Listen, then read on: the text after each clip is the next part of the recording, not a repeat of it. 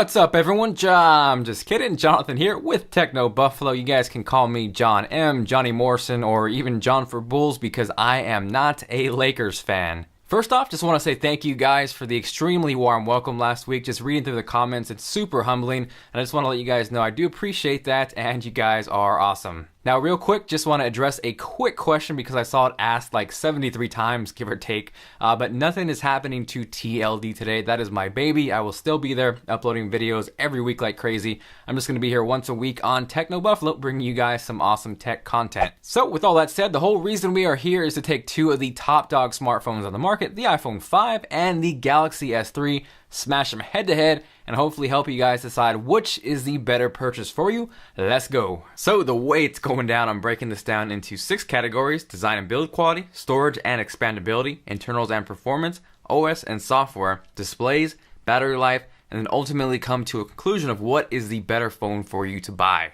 Kicking off design and build quality, the iPhone 5, which features a longer 4-inch Retina display, sizes in at 4.87 inches tall by 2.31 inches wide by 0.3 inches thick and weighs an ultra-light 3.95 ounces. It features a beautiful two-tone glass and aluminum design with insane attention to detail. The Galaxy S3, on the other hand, is rocking a massive 4.8-inch HD Super AMOLED Corning Gorilla Glass display, sizes in at 5.38 inches tall by 2.78 inches wide by 0.34 inches thick and weighs a slightly heavier 4.73 ounces. The Galaxy S3, while it definitely doesn't feel cheap by any means, uses a plastic build and removable back, so it leaves a little something to be desired. Whether you love Apple or you hate Apple, you can't argue with the build quality, and which is why this round goes to the iPhone 5. Next up is storage and expandability. This is something that I feel often gets overlooked, but to me is very important. The iPhone 5 is available in 16, 32, and 64 gigabyte capacities, and the Galaxy S3 comes in 16 and 32 gigabyte options, with a 64 gigabyte model hitting the market later this month. The Galaxy S3, on the other hand, features a very handy micro SD card slot, which gives you up to an extra 64 gigabytes of expandable storage. So let's say you're comparing both 16 gigabyte models between the iPhone 5 and the Galaxy S3. On the iPhone 5, if you want to bump up an extra 32 gigs of storage, you have to move up 2 models, and that's going to cost you an extra $200. On the Galaxy S3, you could easily pick up a 32 gigabyte micro SD card for around $30 or even up to 64 gigs for around $60. So in this category, the iPhone doesn't even come close, and the Galaxy S3 takes this round. So after 2 rounds, we are tied 1-1, and we are moving on to internals and performance. The iPhone 5 is rocking a dual-core 1.3 GHz A6 processor, and the Galaxy S3 boasts a dual-core 1.5 GHz Qualcomm Snapdragon S3 processor. Upon benchmarking these two, even though the iPhone 5 is a little slower clocked than the Galaxy S3, you can see it outperforms it in Geekbench. Now real quick, I'm going to stop you right there because I'm sure some of you guys are screaming out of your seats yelling, "Jonathan, what the hell? There's a quad-core Galaxy S3. Yes, Timmy, I know that, but to get these as even as possible, I had to compare the LTE model with the LTE model because the quad-core version does not have that. Now for kicks, here is the benchmarks. Again, you can see the quad-core S3 does outperform those two, but for being a quad-core processor, it doesn't do it by much. So let's go and continue on with the dual-core to dual-core comparison. Now as far as the GPU, which is going to equate to gaming performance as well as hardware acceleration, in GL Benchmark 2.1, the iPhone 5 beat out the Galaxy S3 by 10 frames per second. As far as Wi-Fi goes, the iPhone 5 was consistently pulling about 5 to 10 megabits per second faster download speeds, and that was after running that test over and over and over again. Now as far as LTE, both phones performed around the same. I got about 10 to 11 megabits per second down, and around 3 to 4 megabits per second up on both phones. Now that of course is going to vary on your location because I have seen LTE speeds go as high as 30 to 50 megabits per second, which is absolutely insane. So after taking all those benchmarks together, as far as sheer performance goes, the iPhone 5 takes this round, but I can assure you both are very snappy and extremely powerful devices. Next round up is OS and software, which to me is actually almost more important than hardware. The iPhone 5 is running iOS 6, which is a great, simple, easy to use interface. It's fast, it's fluid, insanely responsive, but it really hasn't evolved over the last few years, and if you've used iOS for a while, you'll definitely agree it's become really stale. It's pretty clear that Apple is a believer of the old saying, if it ain't broke, don't fix it, but Android is advancing at a lightning fast pace, and the Galaxy S3 is a prime example of that. As of this video, my Galaxy S3 is running Android 4.0.4 Ice Cream Sandwich with Samsung's TouchWiz piled on top. Now to me, nothing beats pure, stock, unadulterated Android, but TouchWiz isn't horrible and adds some neat features like Palm Swipe to Capture, which allows you to capture a screenshot just by swiping your hand across the screen. I also really enjoyed Turn Over to Mute, which allows you to mute an incoming phone call just by turning the S3 face down. So if someone calls, you don't want to talk to them, just grab your phone.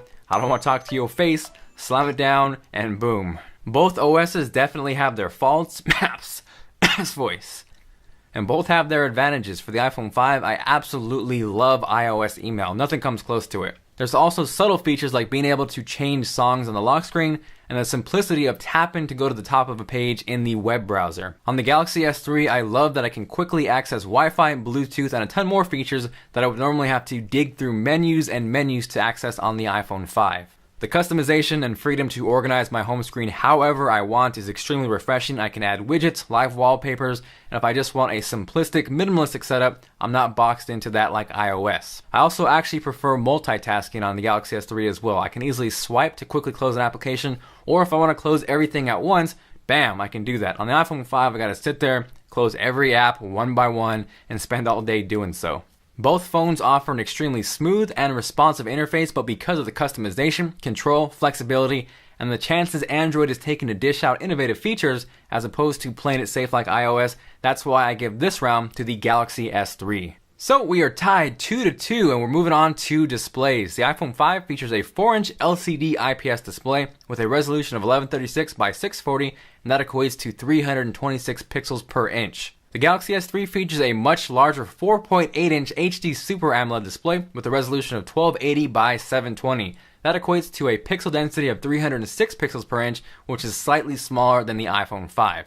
As far as the iPhone 5 allegedly having the most perfect screen size being engineered for one-handed use, I call BS on that because I can easily perform one-handed tasks with the Galaxy S3. Here are both phones side by side. This is what it's going to look like if you're doing web browsing. You can see there's definitely a little extra screen real estate on the Galaxy S3, but definitely not a whole lot. Now, me personally, I love having the bigger display. Just playing games, watching movies, it's more enjoyable. But as far as actual quality goes, as far as viewing angles, brightness, and overall color reproduction, the iPhone 5 is actually a better display. Now, I know some of you guys are going to argue and freak out at me saying, Jonathan, the Galaxy S3 has a bigger screen, it's automatically better. The fact of the matter, though, is you kind of got to think about it that sometimes a 40-inch TV might look better than a 50-inch TV. Yes, the Galaxy S3 has a slightly bigger resolution, but in terms of actual quality, the iPhone 5 takes this round. Next up is battery life, and in this category, they are actually pretty dead even. For both the iPhone 5 and the Galaxy S3, I was easily able to get around 6 to 8 hours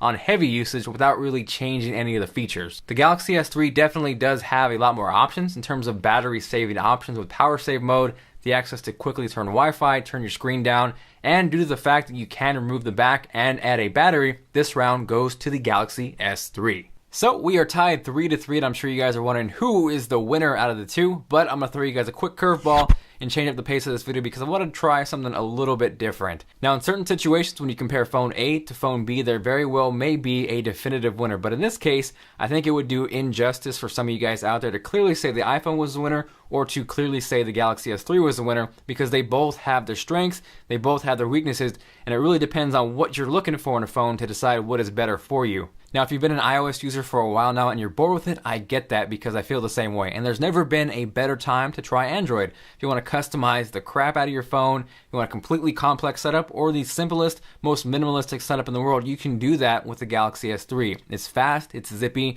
you may not have the best app or game selections, but this is a screaming phone. Now, on the other hand, if you really don't care about customization or widgets or overclocking your phone, you really don't want to spend too much time tweaking it, the iPhone 5 is probably a better option for you. Don't get me wrong, I love the Galaxy S3, it is an amazing phone, but there were things I had to do with it to set it up to my liking. The stock mail on Samsung devices absolutely blows. There is no comparison, it's night and day better on iOS. Now granted, I was able to find Aquamail, which is a damn good email client, but it was something I had to actually dig for and customize myself to actually enjoy the phone. If the idea of a big screen excites you, if you want something you can wow your friends with groundbreaking technologies like NFC, wireless sharing, then you probably want to go for the Galaxy S3.